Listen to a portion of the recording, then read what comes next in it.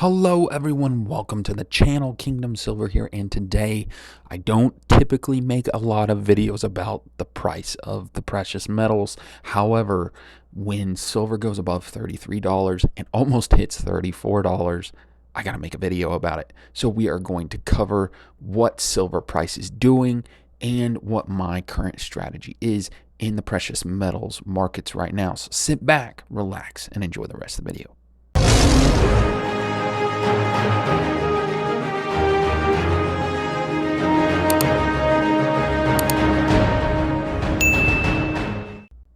Thank you so much for checking out the channel. Really appreciate the support. And if you haven't already, ladies and gentlemen, please smash that like button, comment, subscribe to the channel. Helps me out, but more importantly, gets the word out about gold and silver. So in this little blurb here from Michael McRae at Kitco News, and just a spoiler alert, you're going to see this article again as later this week. We are going to have a video about my experience investing in the silver miners, which is what the headline of this article is. However, I felt this was a good jumping off point to talk about the silver price. So it says here, the second to last paragraph, it says silver added about $3 for the week to close above $33.70. And here is a price chart, ladies and gentlemen, on silver. Now this is silver futures, but really silver price has not hit this since around December. It looks like, yeah, actually in the November 30th to December 14th, December 7th time frame here. It's been a really long time, ladies and gentlemen. Almost 12 years since silver has hit this high a price. So it's really exciting and definitely worth making a video on. So, with that being said, what's my strategy? Well, there's three main takeaways that I have right now, or three things that I'm doing right now in response to this silver price. And the first is, and to gold as well for that matter, and the first is, I'm not selling my bullion.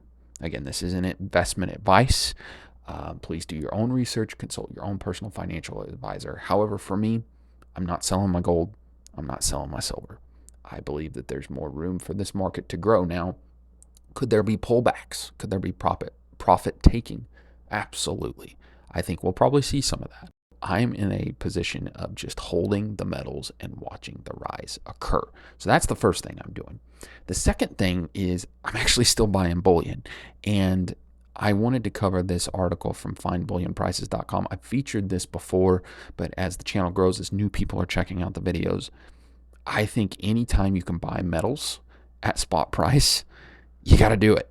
These guys at findbullionprices.com, they do an excellent job on getting you scouring the internet and finding the best deals, and they have a list of these here. Now, often these are just for new customers only. However, there are a couple that it's just every time you can get metals at spot prices. So definitely check these out. That's something that I'm doing. There's also some gold deals at spot price too that you can get. Usually they're a little more outside of my price range, but again, anytime that I find these, I scoop them up. And then the last thing that I'm doing is I'm watching the S&P 500. And you say, well, why is that? Well, here is an example. Now, this is just the all-time data that we're seeing right now that I was able to pull off of Google. However, the reason why I wanted to cover this is in that article, it also mentioned, or in that blurb from Kitco, it had mentioned that S&P just barely hit another all-time high. Well, to me, I'm not convinced in the state of our economy. I'm not convinced in the state of our financial institutions. So to me, for the S&P to keep hitting these highs after high after high, to me, it makes sense that we may see a pretty severe pullback. Again, not investment advice, just something I'm tracking. Logically, in investing, you're not just going to see spike after spike after spike. And you actually see this on this chart too. You see the pullbacks, right? You see the pullbacks in some of these areas. In 2020, of course, with COVID, we saw that, but we see other pullbacks. So to me, S&P 500 seems ripe for a pretty healthy pullback. And if that's the case, I'm watching to see how that will impact the precious metals and then also impact the economy as a whole. So with that, That's what I'm doing.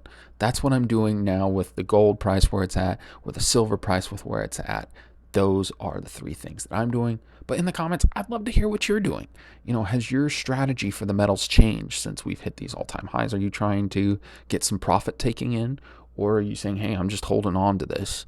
I feel strong about the metals, and nothing's changed my mind that I've seen so far. So let me know what your plan is, what you are doing. I love being able to interact with you, ladies and gentlemen, in the comments, because I learn a lot too, and that's what these videos are all about. So with that, thank you so much for watching the video. Be blessed, be a blessing to others. We'll see you later.